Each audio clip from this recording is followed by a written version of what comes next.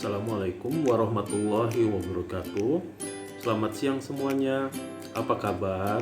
Semoga semua sehat-sehat saja ya. Alhamdulillah bagi kaum muslimin, hari ini kita memasuki hari pertama bulan Ramadan ya.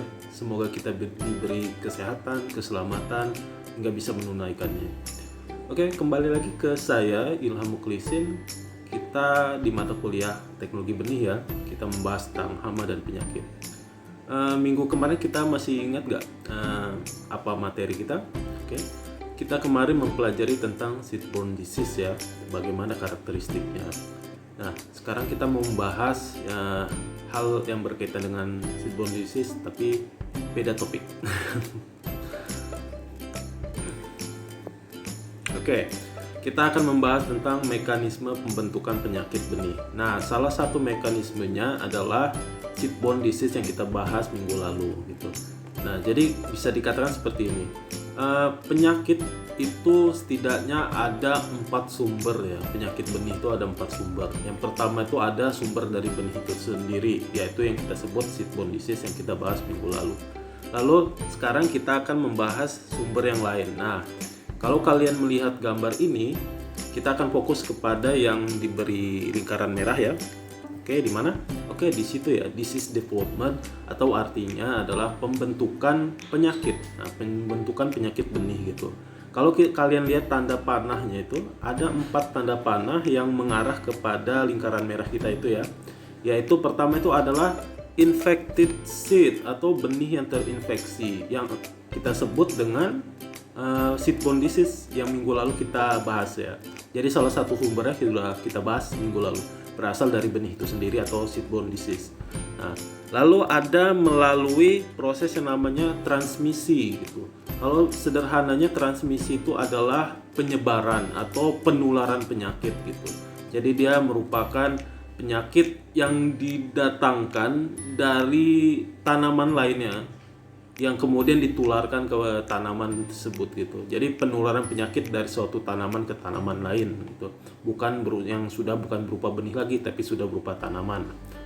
Nah, ada lagi sumbernya berasal dari kondisi lingkungan lahan yang tidak optimum gitu, alias dia bisa mengundang penyakit juga gitu. Jadi misalnya terlalu lembab ya, atau terlalu kering gitu, bisa mengundang berbagai penyakit. Selain faktor lingkungan, ada juga faktor iklim, climatic condition ya. Kita akan bahas di slide berikutnya.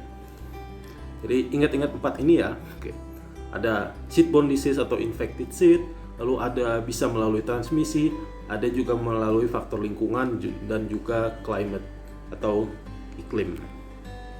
Nah, ini yang kita jelaskan tadi ya. Oke, ini. Transmisi penyakit pada benih, transmisi penularan, penyebaran gitu ya, penyeluruhan penyakit pada benih ya. Nah, konsepnya itu begini loh dek. Jadi misal kita punya tanaman di lahan ya, tanaman di lahan tiba-tiba dia mendapatkan penyakit. Bisa jadi 2 hal. Pertama, penyakit itu berasal dari benih atau seedborne disease, bisa juga berasal dari tanaman di sekitar dia gitu. Jadi bisa aja dia bukan bawaan tapi merupakan hasil dari tertular dari tanaman lain. Nah, ada dialog di situ ya. Siapa itu? Helmi. Oke. Si ceweknya bertanya itu ya. Apa itu transmisi patogen pada benih? Lalu dia jawab itu. Apa? Revisi. Responsi nasi. Wah, dia sudah mikirin nasi ya. Sudah siang, udah lapar sepertinya. Fajar puasa ya. Nah, transmisi patogen itu kita ada 3 tipe ya. Jadi tipe pertama itu misalkan si benih tadi yang bawa seedborne disease, dia berkecambah. Kemudian kita bisa lihat kecambahnya itu atau seedlingnya itu terlihat tidak sehat. Seperti dia busuk, memar-memar gitu ya. Ada yang sempat tumbuh sampai jadi tanaman muda, kemudian dia menularkan ke tanaman yang lain. Lalu tipe yang kedua itu adalah dia benih yang berpenyakit itu tumbuh, berkecambah, terkadang dia tidak terlihat seperti benih yang sakit gitu, tidak terlihat seperti kecambah yang sakit atau tanaman muda yang sakit. Kemudian dalam fase pertumbuhan berikutnya setelah dia berkecambah, dia menularkan ke tanaman di sekitar dia gitu, tanaman yang masih sehat. Lalu ketiga tuh infeksi sistemik. Jadi infeksi sistemik itu seperti ini. Benih yang berkecambah, dia tumbuh dan dia tidak terlihat gitu, tidak terlihat berpenyakit. Dia terlihat normal saja seperti tanaman lain. Lalu dia sempat memasuki fase pertumbuhan tertentu, misalkan fase pertumbuhan pembungaan ya. Baru setelah pembungaan itu dia mulai menyebarkan penyakitnya gitu. Yuk kita lihat di slide berikutnya bagaimana penjelasannya. Nah, ini yang dia tipe yang pertama ya. Itu kita lihat ada yang bersilang, ada silang-silangnya, ada juga yang tidak, yang putih bersih ya.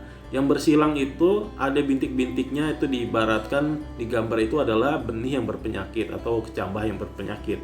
Nah, itu yang paling kiri itu dia benihnya tidak sempat tumbuh dan dia menyimpan penyakit. Lalu di sebelah kanan dari benih yang tidak tumbuh itu ada yang sempat berkecambah tapi dia tidak sempat tumbuh ke fase pertumbuhan yang lebih lanjut gitu. Nah, di sebelah kanannya lagi itu ada lagi yang benih berpenyakit, ada silangnya lagi yang agak besar dikit. Itu yang ketiga, itu dia sempat tumbuh, keluar daun, lalu dia mulai menginfeksi tanaman di sekitarnya gitu. Kira-kira seperti itu. Cuma dia terlihat sakit, memang dari awal dia terlihat sakit.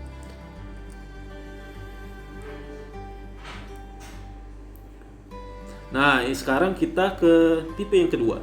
Nah, itu kita lihat, coba fokus pada gambar yang ada di tengah itu ya, kecambah yang ada di tengah, bintik-bintik menandakan kalau dia itu benih yang berpenyakit ya. Kemudian dia sempat tumbuh, lalu dia tumbuh layaknya tanaman normal lainnya ya.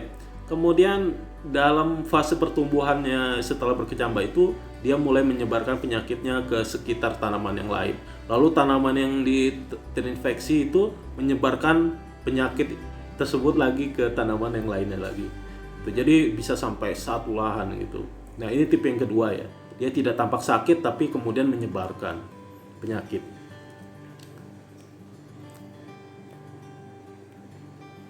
Nah, sekarang tipe yang ketiga nih. Dia sempat tumbuh, terlihat normal, namun di fase pertumbuhan tertentu dia baru mulai menyebarkan penyakitnya. Nah, kalau di gambar ini dia mulai menyebarkan di fase pembungaan gitu kan. Lihat di yang paling atas itu kepalanya seperti korek gitu. Itu sebenarnya mengkodekan kalau dia misalkan mencontohkan, mengilustrasikan kalau dia adalah bunga ya. Jadi lihat gambar yang itu, benihnya yang sudah punya bintik-bintik dari awal, itu berarti dia seedborne ya, terinfeksi, kemudian dia tumbuh besar sampai fase pembungaan, kemudian ketika sudah mulai berbunga dia mulai menyebarkan penyakitnya ke tanaman lain yang masih sehat yang juga sudah memasuki fase pembungaan. Nah, kalau kasusnya seperti ini, jadi penyakitnya itu menyerang bunga gitu, menyerang masuk ke embrionya, masuk ke dalam benih. Kemudian kalau yang seperti ini dipanen, akibatnya apa? Akibatnya benih yang kita processing, yang mau kita tanam untuk jadi benih lagi itu, dia menjadi benih yang membawa penyakit seedborne gitu, seedborne disease. Itu bahaya, yang ada kita tidak bisa memutus siklus dari penyakitnya gitu.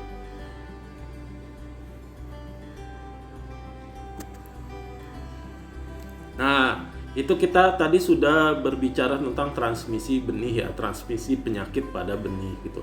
Kita sekarang mau berkata atau bermain dengan faktor-faktor yang berkaitan namun di luar dari transmisi dan seedborne disease ya. Oke, faktor penyakitnya itu datangnya dari mana sih? Oke, sebelumnya saya mau masuk ke ini, memperkenalkan namanya segitiga penyakit ya, triple disease ya di situ. Ada 3 elemen di segitiga itu. Pertama adalah lingkungan, environment di situ. Lalu elemen berikutnya adalah elemen dari si penyakit itu sendiri atau patogen itu sendiri.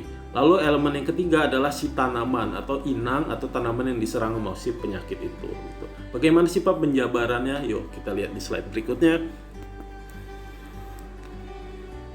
Oke, ini dari sama ya dengan segitiga yang tadi ya.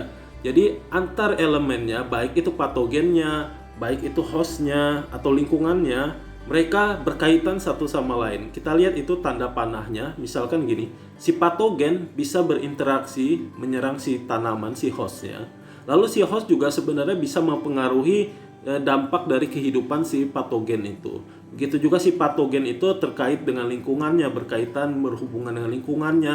Begitu juga sebaliknya si lingkungan mempengaruhi kehidupan si patogen. Begitu juga lingkungan mempengaruhi si host ataupun hostnya mempengaruhi lingkungan. Misalkan tanaman mempengaruhi iklim mikro di sekitarnya ya. Oke, seperti itu. Nah, bagaimana penjabarannya Pak? Seperti ini. Untuk patogen, kita bisa jabarkan lagi menjadi misalkan propertinya seperti ini.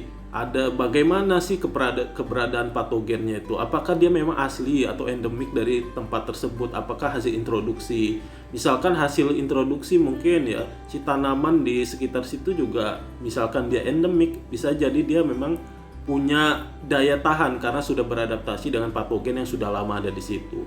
Tapi bisa jadi keberadaan patogennya itu baru hasil introduksi. Jadi tanamannya itu merasa asing dengan serangan patogen yang baru itu, bisa jadi dia bisa fatal ke tanaman tersebut gitu kan. Lalu bagaimana sih virulensinya atau keagresifannya? Nah, mengenai virulensi dan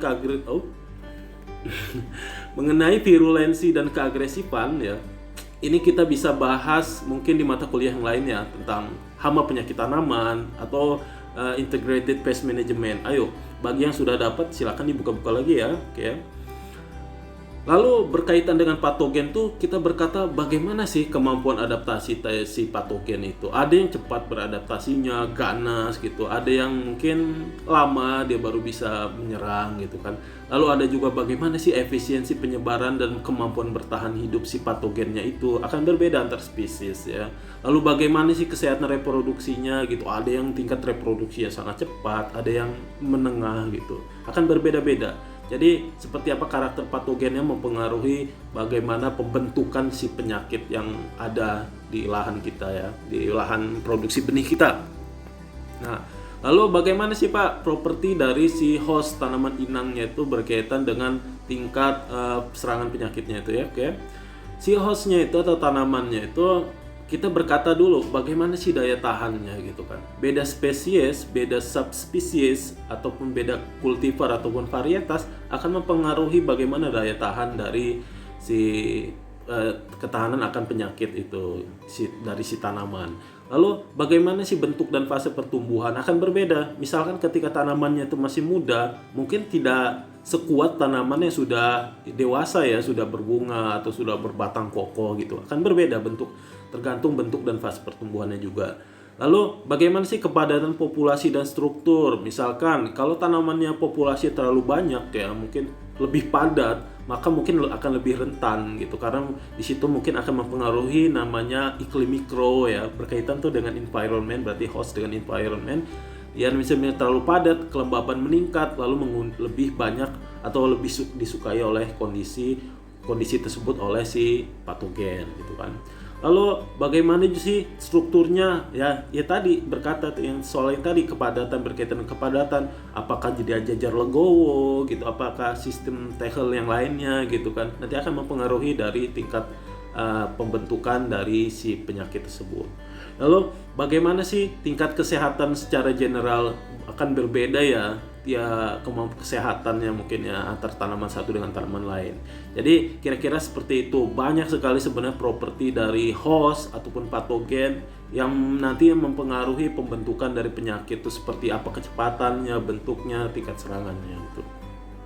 Nah, sekarang membahas elemen yang lain yaitu lingkungan gitu kan.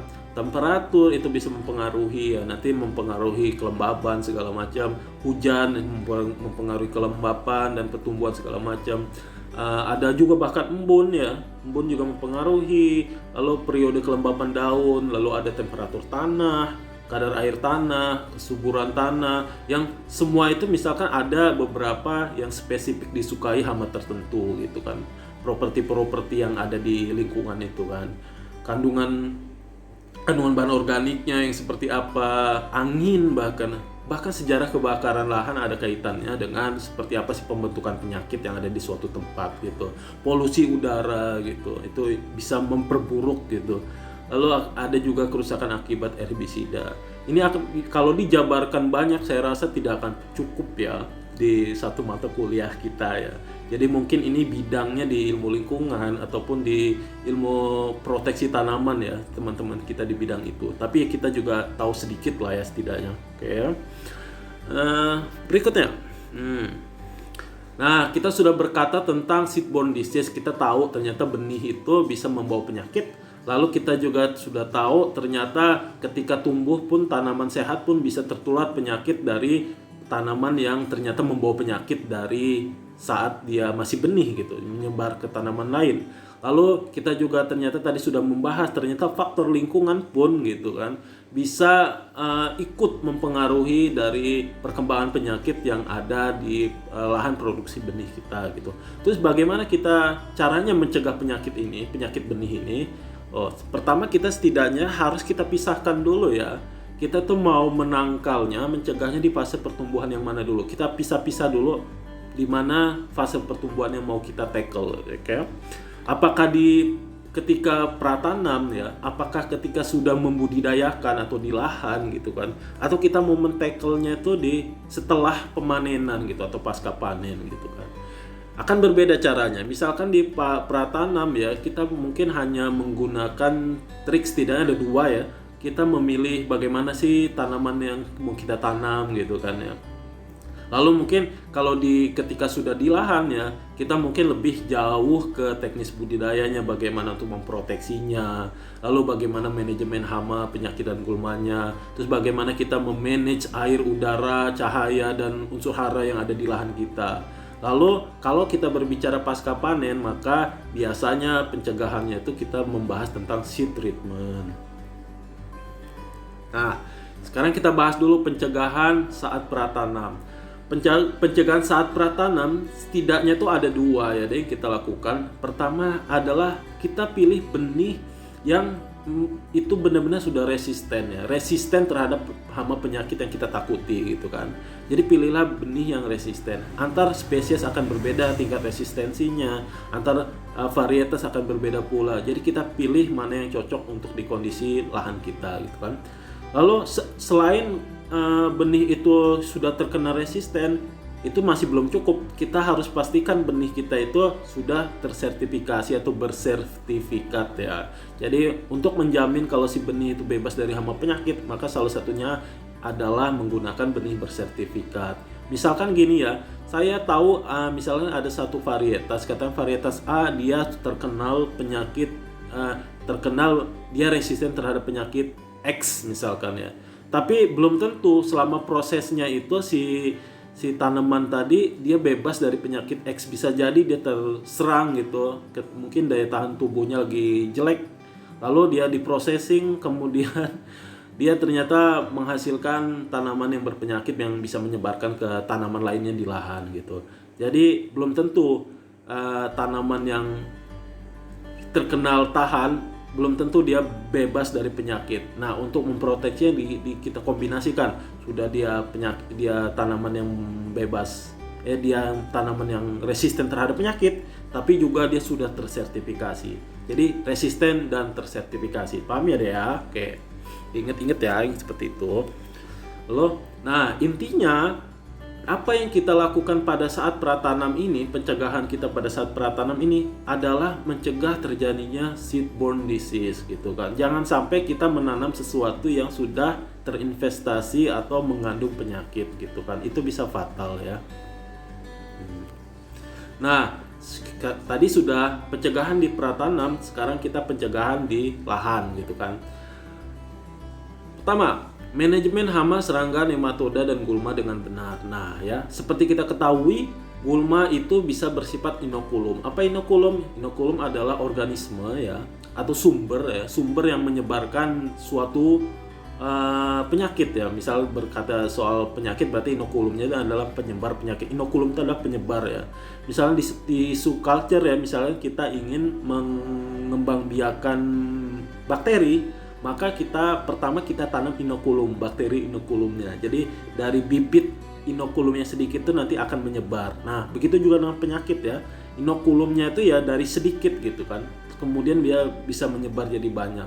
Nah, Gulma bisa menjadi inokulumnya atau juga bisa bersifat sebagai rumahnya gitu, rumah sementara bagi si penyakit gitu kan. Atau kita sebut seringnya vektor penyakit ya. Jadi penting sekali menjaga kebersihan lahan dari gulma gitu kan. Hama serangga bisa membantu penyebaran penyakit. Bagaimana mekanismenya? Seperti ini. Serangga yang menyerang biasanya dia bisa merobek dengan cara menggigit ataupun misalkan menghisap batang, misalnya seperti itu ya. Dari bekas robekan gigitan ataupun hisapannya ini nantinya menjadi bagian yang terluka, kemudian gampang untuk diinfeksi sama si penyakit, dan bahkan bisa penyakit yang memang dibawa dari serangga itu. Sama seperti manusia ya. Misalkan demam berdarah ya masuk ke badan kita, bukan semerta-merta dari udara, tapi dia memang ada di dalam tubuh si nyamuk Aedes aegypti. Kemudian si nyamuk membuat luka di badan kita, kemudian dari luka itu si bakteri atau virus demam berdarah itu bisa masuk ke badan kita. Jadi mekanismenya mirip seperti itu. Nah, pembajakan lahan. Nah, misalkan gini.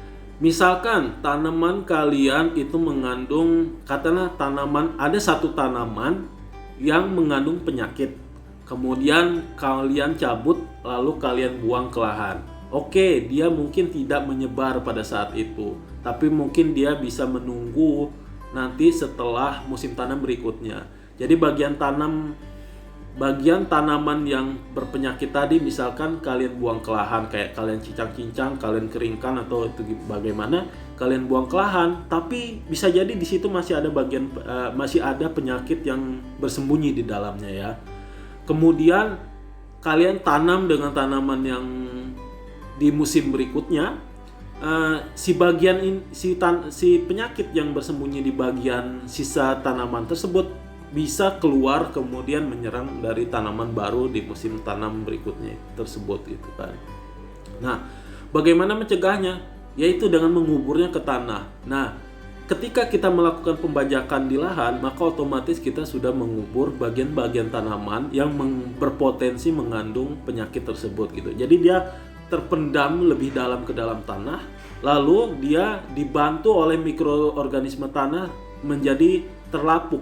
Bagian tanaman itu menjadi kemudian cepat melapuk. Kemudian artinya apa? Si bagian tanaman yang merupakan tempat tinggal dan makanan bagi si penyakit itu cepat habis gitu. Jadinya lama-kelamaan dia malah mati gitu, si hama penyakit yang bersembunyi di tanaman tuh. Seiring dengan habisnya si bagian tanaman itu terdekomposisi, maka si penyakit itu akan ikut hancur gitu. Jadi seperti itu ya, manfaat pembajakan lahan terhadap pencegahan penyakit di lahan gitu. Nah, penjadwalan waktu tanam dan waktu panen. Oke ya. Ini berkaitannya dengan rotasi tanam ya. Oke, tadi kita berbicara tentang itu ya, sisa-sisa tanaman dan gimana misalkan dengan rotasi tanamnya. Oke. Jadi rotasi tanaman dapat memutus inokulum ya. Jadi bagaimanapun juga patogen itu kan makhluk hidup ya, dia butuh makan gitu. Dan dia ada umurnya ya, tidak lama ya, seperti COVID juga dia ada umurnya ya. Cuma misalkan kalian menanam tanaman itu tanpa terputus, katakanlah tanpa rotasi tanaman, di mana tanamannya sebelumnya aja itu sudah disukai kan sama si hama, misalnya hama tertentu, hama A misalkan ya. Kemudian kalian tidak melakukan rotasi tanaman di situ, di musim berikutnya kalian menanam tanaman yang sama, maka dia akan kesenangan gitu si penyakitnya itu kan. Dia tidak terputus gitu kan suplai makanannya gitu. Sehingga ya dia akan terus ada di lahan gitu.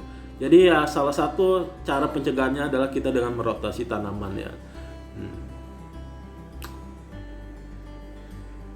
Ada di situ tertulis patogen hidup pada rentang waktu tertentu. Bila makanannya terbatas, mereka harus berkompetisi dengan mikroorganisme saprofit. Mikroorganisme saprofit itu apa sih Pak? Mikroorganisme yang merombak sisa-sisa bagian dari makhluk hidup yang lainnya. Jadi misalnya ada daun jatuh ke tanah gitu ya, batangnya, itu nanti dirombak sama si mikroorganisme saprofit. Banyak sekali jenisnya ya. Oke. Nah, biasanya selama jeda waktu antara pemanenan dengan musim tanam berikutnya, ini berkaitan dengan penjadwalan yang sebelumnya ya, itu kan ada waktunya ya. Andai kita bisa memperpanjang lebih lama gitu waktu tanamnya, penjadwalannya, maka si patogen yang bertahan hidup dari sisa-sisa bagian tanaman ini, dia mulai kehabisan makanan tuh, sembakonya mulai habis ya, karena terlalu lama dia nggak bisa bertahan hidup. Akhirnya dia harus mencari makan, bersaing dengan mikroorganisme tanah yang lainnya gitu, yang saprofit. Pada akhirnya dia nggak bisa bersaing dengan mikroorganisme saprofit gitu kan. Dia jadinya biasanya dia yang kalah gitu. Kalau kayak gini dia yang kalah gitu. Dia kalah antrian sembako dengan si mikroorganisme saprofit, bahasanya seperti itu ya di tanah ya. Nah, itulah kenapa kita sering menggunakan trichoderma. Pada prinsipnya seperti itu. Trichoderma dia mengalahkan penyakit-penyakit yang patogen-patogen yang ada di lahan kita itu. Setelah itu dia dia mengalahkan gitu dominasi dari si penyakit yang ada di lahan gitu. Oke, kira-kira jelas ya. Maaf ya, saya berlibat malam puasa. Nah, turunkan cekaman atau stres pada tanaman. Kita di minggu yang lalu kita sudah membahas tentang penyakit fisiogenik. Oke ya, penyakit fisiogenik salah satunya disebabkan oleh kekurangan unsur hara. Oke, Pak, bagaimana sih Pak kok cekaman atau stres itu berkaitan dengan penyakit? Oh, gini deh, misalkan ya, sama seperti manusia seperti ini. Misalkan manusia itu kekurangan nutrisi, kekurangan vitamin, maka bagaimana pertumbuhannya? Bisa jadi pertumbuhannya itu kurang baik ya, atau dia nanti sistem imunnya menjadi lebih rapuh, lebih lemah. Nantinya dia akan lebih mudah terserang penyakit. Begitu juga dengan tanaman ya. Ketika dia mulai kesulitan air, kesulitan cahaya, unsur hara dan yang lain-lain, maka dia pertumbuhannya menjadi tidak optimum gitu, karena persaingan yang tadi ya, akibat populasi yang terlalu tinggi. Pada akhirnya kekurangan unsur-unsur air, cahaya dan unsur hara tersebut menyebabkan si tanamannya menjadi tender atau rapuh, lemah ya, imunnya tidak baik, sehingga nantinya dia mudah untuk diserang patogen gitu kan. Tapi stres di sini tidak berarti kekurangan air juga. Terkadang kelebihan pun bisa berakibat fatal. Misalkan dia kelebihan unsur hara, maka dia bisa menjadi keracunan unsur hara ya. Kalau defisiensi ada kekurangan unsur hara, maka keracunan adalah lawannya. Lawannya dari yang defisiensi tadi alias keracunan bisa mengarah kepada abnormalitas si benih gitu kan. Atau bahkan tanaman tersebut si benihnya itu bisa mati gitu.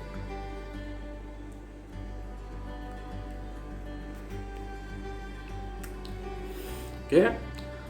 Cegahlah defisiensi unsur hara dan gunakanlah input pertanian itu secara tepat. Apa sih input pertanian? Macam-macam, ada air ya.